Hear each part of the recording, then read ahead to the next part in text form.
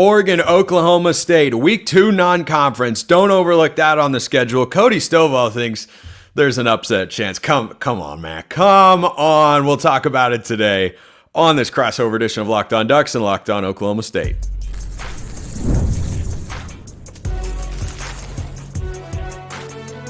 You are Locked On College Crossover, part of the Locked On Podcast Network.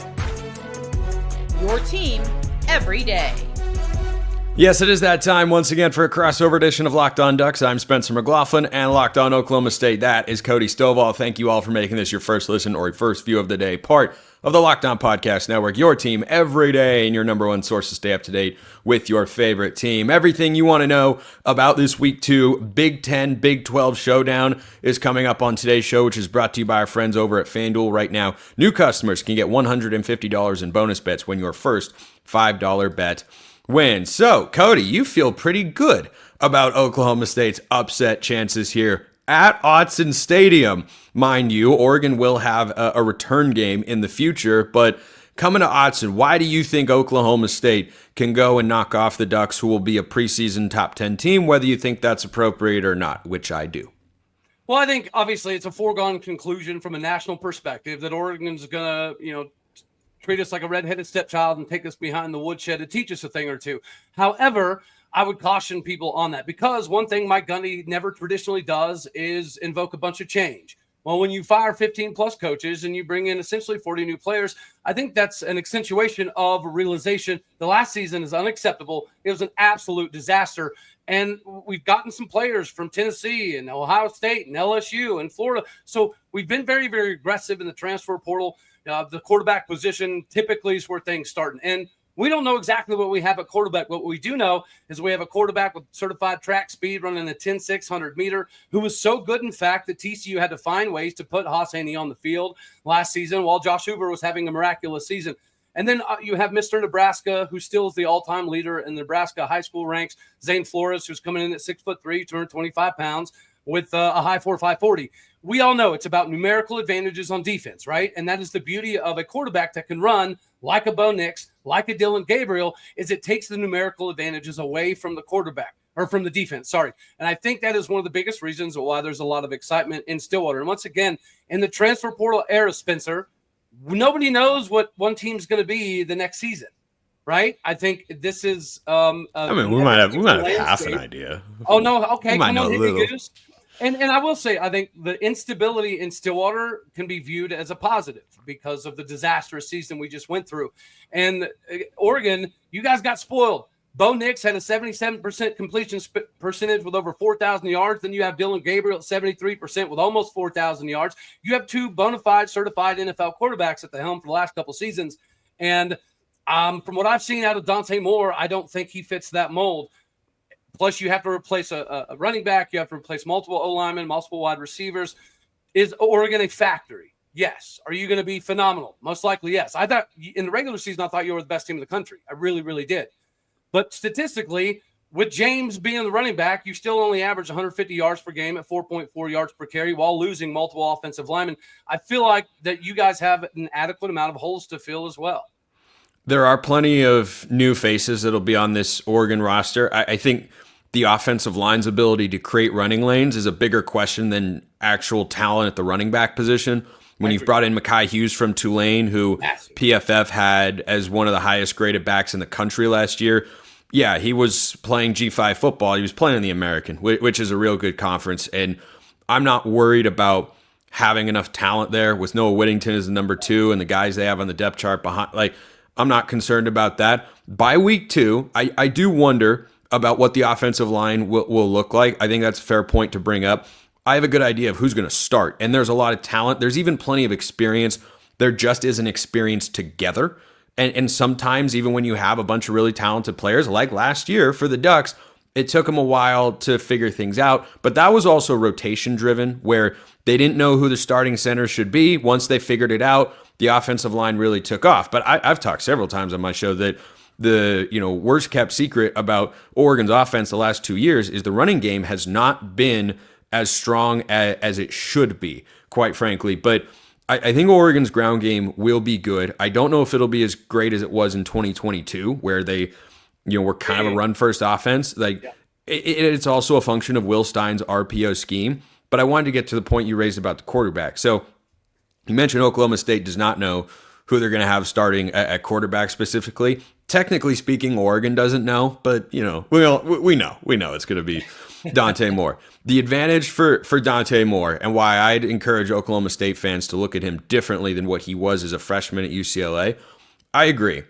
I can't expect him to be as good as Bo Nix was 2 years ago or Dylan Gabriel last year and be a Heisman finalist this season, but he's coming into a system that has produced those seasons. He is set up for success way more now than he was at UCLA. And the biggest thing, and I want your take on this for Oklahoma State, if the Cowboys can't get pressure, I do think Dante Moore will slice and dice. No Evan Stewart out for the year with an injury. Yeah, that's a big loss because he was going to be Oregon's leading receiver in all likelihood. There's still a lot of receiving talent. You still have arguably the best tight end potentially in the country in Kenyon Sadiq, who could be a first-round pick after this year. Dante Moore's got weapons, and when Dante Moore had time at UCLA, he was lethal, and he's going to be a better quarterback because he's learned so much more since then. But if Oklahoma State cannot come into Autzen Stadium and generate pressure, I think it'll be a long day for the Cowboys defense. I think that's a very legitimate response. And with that, I would also add that we did bring in defensive coordinator Todd Grantham from the New Orleans Saints that was previously with Florida, Mississippi State. And he's brought a large portion of his staff with him from those stops at Mississippi State and Florida, including some stops in the NFL. So we've got individual coaches, which we've never done before, by the way. We've always had a holistic approach, right? You need one cornerback coach to coach everybody. We're not doing that anymore. There's 3 linebackers coach. There's 3 line coaches. There's multiple assistants that have been with this Todd Grantham SEC system, and I think that is going to be beneficial. The play calling is going to be drastically different than the last few years, right? I think people recall South Alabama beating Oklahoma State in Stillwater, and in the post-game interview talking about how we scripted their entire offensive game plan, and they ran every play that we practiced. That was the elementary offense that was being ran. And I think the defensive side of the ball has the biggest amount of improvements. I think you're seeing some of that in the recruiting in the transfer portal era. The biggest difficulty, I think, is going to be the nuances in the new defense, right? Whenever you're running an NFL style of defense, there's a lot of checks, there's a lot of audibles, there's a lot of shifts. So are we going to be able to get all of those down by week 2? I do not know. But I do know that we're significantly more athletic than this previous season. We're a lot faster than this previous season. And the defense is set to be much more aggressive. As it pertains to your particular issue, we got Deshaun Brown returning. We got Jaleel Johnson returning. We got Chandavian Bradley, former 5-star All-American from Tennessee, combating the pseudo defensive end linebacker kind of role. We brought in Kyron Duhon, which was a freshman All-American at a UTEP that had several SEC offers, 9.5 tackles for loss, equal amount of sacks. We also brought in Michael Diata, starting defensive tackle for Virginia for a couple of seasons. So I think we were able to fill some voids. We were able to plug some gaps, but we've also changed the defense to a 3-4 system. And I think that should be able to show dividends, especially when you're playing a very talented team like Oregon. It was strange to watch from my vantage point, Cody, Oklahoma State go 3-9. This has been Utah of the Big 12, and Oregon fans are familiar with that metaphor where it's just – The ceiling is not as high as other programs, but the floor is higher than everyone else. I mean, every year you're just expecting 7, 8, 9 wins for a lot, and then they'll have 10, 11, every 5 years or so. What happened last year that made things go so wrong for one of the stablest head coaches in Mike Gundy? Complacency and laziness. That's precisely what happened. The coaching staff, because they'd been together for 12 years, 14 years, 19 years, that continuity is typically viewed as a good thing, right? But the difficulty there is when you have a bunch of coaches that have been around the program for an exorbitant amount of time, coupled with 26 to 30 upperclassmen, everybody assumed that everybody else was taking care of their job. Does that make sense? So the coaches weren't necessarily willing to do the extra work because they assumed that the senior leadership was doing it. But the senior leadership wasn't necessarily doing it because they assumed that the coaches were doing it. That's precisely what happened. And having several conversations with players, the technical aspect of last season was non-existent. They knew that our offensive playbook was 44 plays, Spencer. That was it. 44 plays for the last 4 or 5 years. So it wasn't difficult for any defensive coordinator out there to put in the work to figure out what we were going to do. Not to mention, Ollie Gordon got hit in the backfield 51.8% of the time. You're not going to beat anybody with any running back that's getting hit 52% of the time in the backfield. And he still accomplished almost a 900-yard season while doing that. It was all laziness. It was all complacency. We were not checking ourselves out the door to make sure that everybody was putting in the extra work, the extra film study, the extra stadiums, the extra conditioning. We weren't doing it. We just flat out were not doing it. And it was a liability from the coach's perspective, which is precisely why Mike Gundy fired literally everybody, right? Mike Gundy likes keeping dudes for 15 years. That's his thing. But he knew that this season got so crazy, he had to do something about it. It's his worst year of coaching by far, and it's our worst conference record since 1994. So you had to have a massive injection. And you know what? I got to give credit to Nick Saban. Mike Gundy talked about how he had a couple face-to-face meetings with Nick Saban in the offseason, and Nick Saban told him the only way that you're going to get your defense to anything like an SEC level is if you hire a head coach of the defense, let him do his own thing, install his own system, recruit his own guys, and recruit his own way. Mike Gundy has never done that because he's been the arbiter of micromanagement, and he's earned it. But this year is different. Todd Grantham is the defense coordinator who's being paid as a head coach to run things his way, and I think that should make a very drastic difference in this upcoming season. Well, we've got to talk roster comparisons here. Strengths versus strengths, weaknesses versus weaknesses, all that still coming on today's show. First, this episode brought to you by FanDuel. Summer sports are in full swing, and whether you're all about baseball under the lights, golf on the green, or high-stakes soccer action, FanDuel is the best way to make every game even more exciting. You're already following the action because you're a sports fan, and why not make it a little more thrilling? With FanDuel, you can get in on the game while your friends are getting sunburned at the beach. This game, Week 2, Oregon-Oklahoma State, the Ducks will be favored. I think they should be.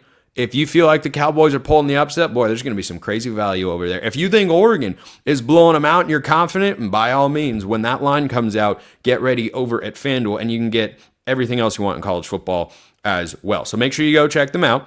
If you're new to FanDuel, too, wait for it. New customers can bet just $5 and get $150 in bonus bets if your first bet wins. $5. Win first bet, $150 in bonus bets.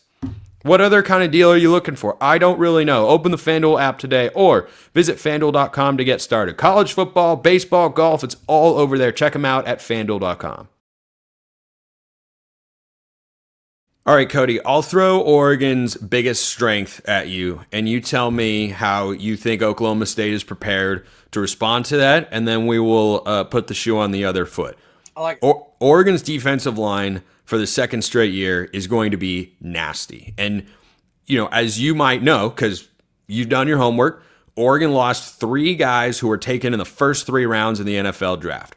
Most places, you lose that haul of defensive line talent, you can fall off considerably. Oregon has recruited and retained so much talent at this position, though.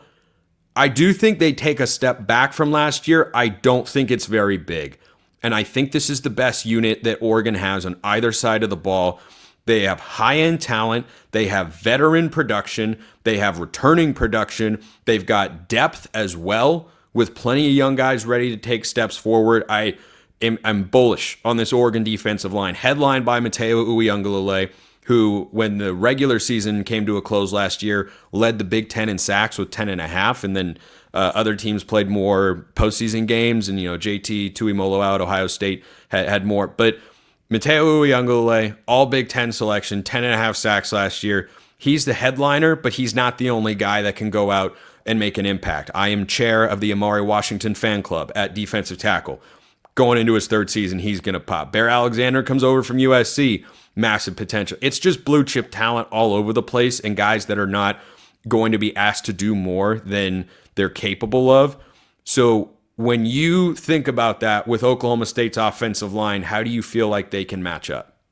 Well, coincidentally, you would mention the weakest part of Oklahoma State's roster, especially this previous season, being the offensive line. Here's how I think we're going to be able to combat that, at least to some degree, is utilization of leverage. The last couple seasons, we shifted to more of a traditional running style to benefit Ollie Gordon. We're shifting back to that zone blocking scheme. Why? Because it's predicated upon numerical advantages for the quarterback. I think our objective is to get people moving east to west as opposed to north to south, to create cutback angles, not only for the running back, but also for the quarterback position. Secondarily, I mentioned that we have the intricate details being taught to more of an advanced level. We've always had one offensive line coach. Now we have three, and they all happen to be former Cowboys. So I think that there's a more better understanding of the lay of the landscape. One of these individuals was recently an offensive coordinator as well at New Mexico. So I think he brings a much more enhanced understanding of what to do from an offensive line perspective. We had a redshirt freshman coming up last year, Jack Dean out of Arizona, who likely would have started if he wouldn't have an injury pop up. We have transferred Noah McKinney from UNLV that sets to be a very, very good plug-and-play guy in the middle. We got Louis Canepa coming over from New Mexico. We got Will Carpenter coming over from Tulsa, but he did start 3 years as a center at Tulsa. So I do think we were able to fill some of those voids on the offensive line. We got the coaching necessary to get the most advancement out of them. And third, we're changing the offense. So we're getting guys to be moving one way or the other. And you think about some of the cutback running backs we've had, the Jalen Warrens, the Justice Hills, the Chuba Hubbards. That was the offensive system that we were utilizing with those guys, and that is the system that is now coming back with Doug Meacham at the helm. I think that east to west with the cutback lanes, with having two quarterbacks that are wide receiver speed, is going to help tremendously. Yeah, Oklahoma State's tackles, like if you had to grade them A to F scale, where would you put them? Last season or right now? Right now, going into this year. You would ask me that. Probably a C, honestly. Yeah, we don't know especially what we have. Yeah, I mean, I asked because if you don't have solid tackle play, Mateo Uiagalelei can wreck a game. Agreed. At Wisconsin last year, he took over in several spots. He didn't bat the ball in the air, but he had the game-clinching interception that was generated under pressure by Jamari Caldwell. He had, I think, 1.5 sacks. He had a couple pressures. He made a stop on third down. Like, he's the sort of guy you've got to have a game plan for, and that typically starts with the tackles. But I want to play the Uno reverse card here. You think Oklahoma State's biggest strength positionally is what? Linebackers. Linebackers by far and away. I think we've seen a recent stretch of Oklahoma State linebackers going to the NFL, being productive, like Amen Mbangmamiga and Malcolm Rodriguez and Devin Harper. Now you have Nick Martin that is already starting as a rookie in San Francisco, which is absolutely phenomenal. I think that correlation is the reason why we've been able to land the guys like Chandamian Bradley from Tennessee and Trip White from Ole Miss and J.K. Johnson from LSU. It's because of that pedigree that's been established recently, and that the transition to a 3-4 defense. If this is going to be our strength, why not have the most amount of guys physically ready on the field? Plus, we got Brian McCoy, who was projected as a 5th-round draft pick this previous season out of Akron, who had like 132 tackles this previous season. He's going to fill that Nick Martin role. He's very comparable, 5'11", 230 pounds, runs a 4.5 40. And that Malcolm Rodriguez, Nick Martin style of guy we absolutely have to have. Thankfully, we have that. Plus, we've had the emergence of some of these transfers. So much so, Spencer, this is the first time in Oklahoma State history that we've coordinated things like an NFL system. We did the rookie OTAs, the mini camp, roster cuts, and we cut down a decent number of dudes who had significant playing time last year, which tells me this staff doesn't give 13 craps about where you came from, how long you've been here, how many games you've played. They're on a mission. Right? Todd Grantham likely wants to become an SEC head coach at some point in time in his career. I know Mississippi State has been hooting and hollering about his services. If he can pull a Jim Knowles in Stillwater, Oklahoma, he'll catapult himself to the top of a lot of these head coaching lists. So they're not here to play favorites. They're not here to play games. They're here to set an example and make a statement. And those are the reasons that I'm excited about this linebacker core. So I'm interested to see how they get attacked in this game by Oregon offensive coordinator Will Stein, because typically linebackers are going to match up with running backs and tight ends most commonly. Right. Kenyon Sadiq is he's a bad dude. He's a first, second rounder all day, every day.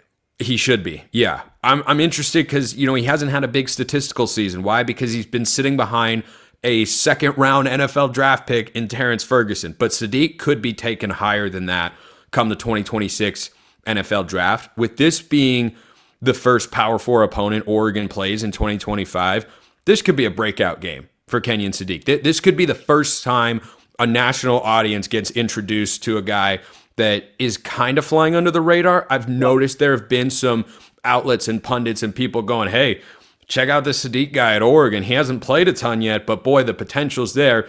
And of course, he caught 2 touchdowns in the Big Ten championship game against Penn State. And I wonder how he gets utilized with Oklahoma State's linebackers being a strong unit. I think this is as tough of a tight end matchup as you could find in all of college football. But you're also going to have running backs that are used in the passing game pretty regularly. This is not an Oregon offense that pushes the ball vertically a ton. It's very RPO, quick hitter, highly efficient.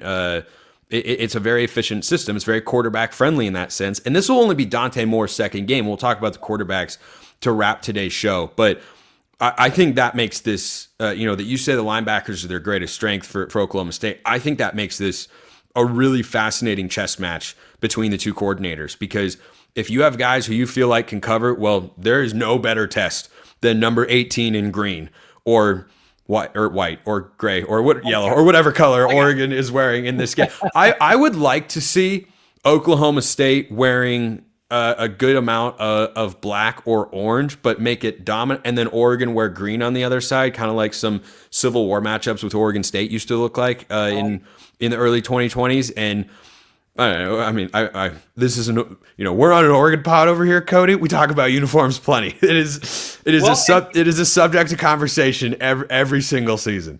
Well, for a long time, really, Oklahoma State was considered the Oregon of the South because we had the Nike contract and we also had 170 uniforms at one point in time. And Boone Pickens built this new fancy facility. We like that. Yeah, dude. There's been a lot of commonalities, in my opinion, over the ascension of Oregon and Oklahoma State, except for we're not on the national exposure lever that you guys obviously have. Another thing I do want to throw in here, you mentioned some of the deep shots and the chess game that is going to be played in this game. One of the biggest differences between Oklahoma State last season, and I think you could say the previous season as well, was the inability to take a lot of deep shots. That is something that I think we've aggressively gone after in this offseason.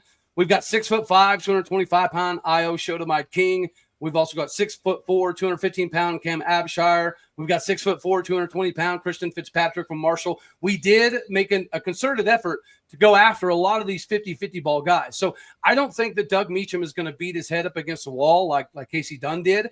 Like Casey Dunn's philosophy is, if it doesn't work, well, let's try it again, right? I don't think Doug Meacham's going to do that. I think that part of this philosophy is going to be, if you can't manage the game in the trenches, then we're going to take a lot of deep shots and we're going to test your corners.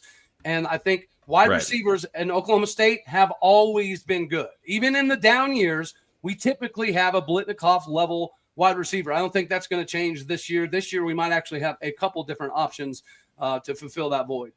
Yeah, we're going to talk quarterbacks to wrap today's show, how each team rattles the other one. Still more coming on today's show.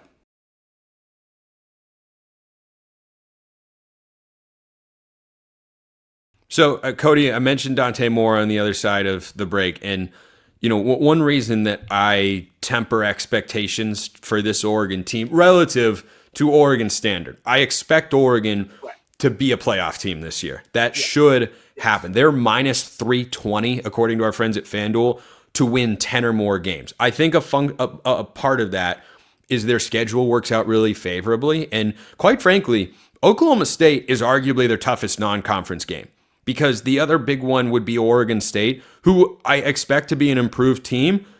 I think Oregon State, Oklahoma State could be on kind of a similar level this year. I think they can hang with Oregon for a little while, but the Ducks' talent probably wins out at the end of the day. Plus, it's at Autzen Stadium, which I'll come back to in a sec. But with Dante Moore, this is going to be, I think, his first solid test. His first major test. You could argue it's a road game at Northwestern, not the toughest game in the world, but really it's Penn State week 5. But I think this will give us a good idea of what to expect from him going into that game, because it sounds like you like Oklahoma State's defensive personnel, and they'll be better than last year, and the coaching staff changes. There will be a lot of new aspects to that, but this will be Dante Moore's second game starting at Oregon. And I think what you'll see plenty of is Oregon trying to get him comfortable early in the game, and then maybe the deep shots come later on? How do you feel like Oklahoma State is poised to match up with that? Well, you insinuating that Oklahoma State and Oregon State are going to be in the same playing field is by far the most disrespectful thing. Whoa. That's not a shot. Not a shot. Oregon State should be a solid team this year. That's all I'm saying. Maybe. I'm not going to tiptoe through that weed. But what I will say is, okay, I would say that I didn't think Oklahoma State stood a major chance of having a shot at an upset until I watched the spring game. I was not impressed with Dante Moore, so much so that I don't know that Dante Moore would be starting in Stillwater. Now you've done it. Now you've done it, Cody. Now you've done it. It was, and yes, I don't think you can take what he did as a freshman at UCLA as the quintessential moment for whether he's going to be successful or not. But again, I correlate this to a middle reliever or a closing pitcher having to come in with a guy throwing a one-hitter, right? It's really hard to come in and replicate that. You guys have been so spoiled with Bo Nix and Dylan Gabriel. I think that you're going to experience a fairly substantial step backwards, but you're going to have so much talent around him that it might not be super important. I'll additionally say that I think the conference matters, all right? Is the Big 12 better than the Big 10? No, they're not. But what the Big 12 is bipolar enough that number 15 can beat number 1 all day, every day. That is not happening in the Big 10, buddy. You and I both know there's about 4 teams in the Big 10 that are going to steamroll most everybody else on a pretty consistent basis. So when you make the correlation that Oklahoma State, Oregon State are close, I feel like that's a big slap in the face. I besmirch you for that one. But as you know, you mentioned the quarterback matchup. I'm not a big believer in Dante Moore. I don't see the upside that some others do. And maybe you can help with that disillusionment that I may have. Well, I think your fundamental point of he's not going to be Dylan Gabriel or Bo Nix this year is one that I agree with. I'm not in the camp of he wouldn't start for Oklahoma State.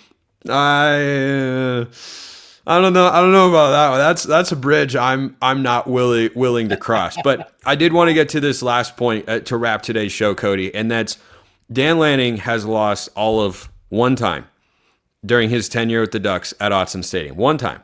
And that was a byproduct of Bo Nix getting hurt late in the game, or I think they beat Washington in 2022.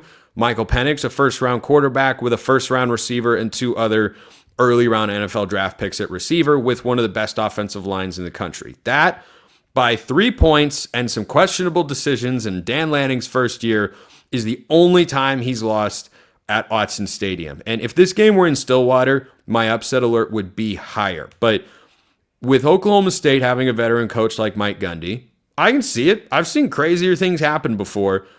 But the game being at home gives me a lot of confidence. And Oklahoma State, correct me if I'm wrong, struggled on the road last year. That's another reason I feel confident in Oregon's ability to we struggled tying our shoes last year. What are you talking about? Yeah. Well, you'll have to do more than just tie your shoes and lace them up to win this football game. But if Oklahoma State were to scare Oregon more than Duck fans would like, or God forbid, pull the actual upset and send the entire season into chaos and disruption for the Ducks, how do you think Oklahoma State would pull that off? I think just the confidence factor is the biggest key. I think that Oregon is going to severely overlook Oklahoma State because of the 3-9 season, because of some of the turmoil that happened in the staff turnover, essentially.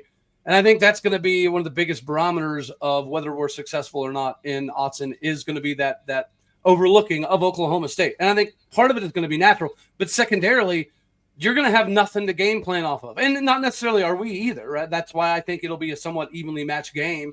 We have a new roster. We have a new staff. And we're only going to play some podunk team, UT Martin, in week 1. So you're not going to have any film on virtually 99% of the roster. And I think that is something that could play in our favor because the offense is going to be different. The defense is going to be different. The personnel is going to be different. The play calling is going to be different. So you're essentially going to be rolling into the game without any preparation. It's just going to be predicated upon your athletic ability and prowess winning out over Oklahoma State. I do think that the speed in Stillwater is very comparable to the speed in Oregon, and I think that could sneak up and surprise some of the Oregon folks. Yeah, Ducks have to execute better than they did early last year against Boise State. They nearly lost that game. They nearly suffered the upset of the century for the Ducks and lost to Idaho and won that game, squeaking it out 24-14. So execution, discipline, if Oregon keeps those things intact, I think they will be okay. Certainly, I expect Oklahoma State to be better than they were last year. I just don't know if it's all of a sudden they are going to walk into Autzen Stadium and walk out with a win. But you know what? Here's what I'll close with, and this is my olive branch extended to the Oklahoma State faithful listening to or watching the show, Cody. If Vanderbilt can beat Alabama, what is impossible in college football? I don't know. I don't think there's anything. If we live in a world where Vandy can beat Alabama, certainly Oregon could lose to Oklahoma State. I don't see it, but hey. And you know, things can snowball quite a bit in football. Once you get the big Mo on your side and you can calm a home stadium down, it completely changes the landscape of the remainder of the game. Yeah, it can. Just a couple mistakes here. Oregon was cruising past Idaho, and then all of a sudden they stopped protecting Dylan Gabriel, and he got stripped, and then they ran into each other on a 4th and 1. They couldn't run the ball. It was just, one thing after another, self-inflicted wounds, gave up a trick play, and all of a sudden the fourth quarter was a major sweat. I am looking forward to this game. I think it's an under-the-radar non-conference game. I also don't know if you knew this. I lived in Oklahoma for a year and a half out of college working out there, so I've come across my fair share of Cowboy and yes, Sooner fans as well. I know you guys love your football out there in the great state of Oklahoma, but you will soon learn that we like it out here in Oregon too. Cody Stovall, Locked On Oklahoma State. I'm Spencer McLaughlin, Locked On Ducks. This has been a Locked On College crossover. Hope you enjoyed it. We will see you next time, and until then, hope you all have a wonderful rest of your day.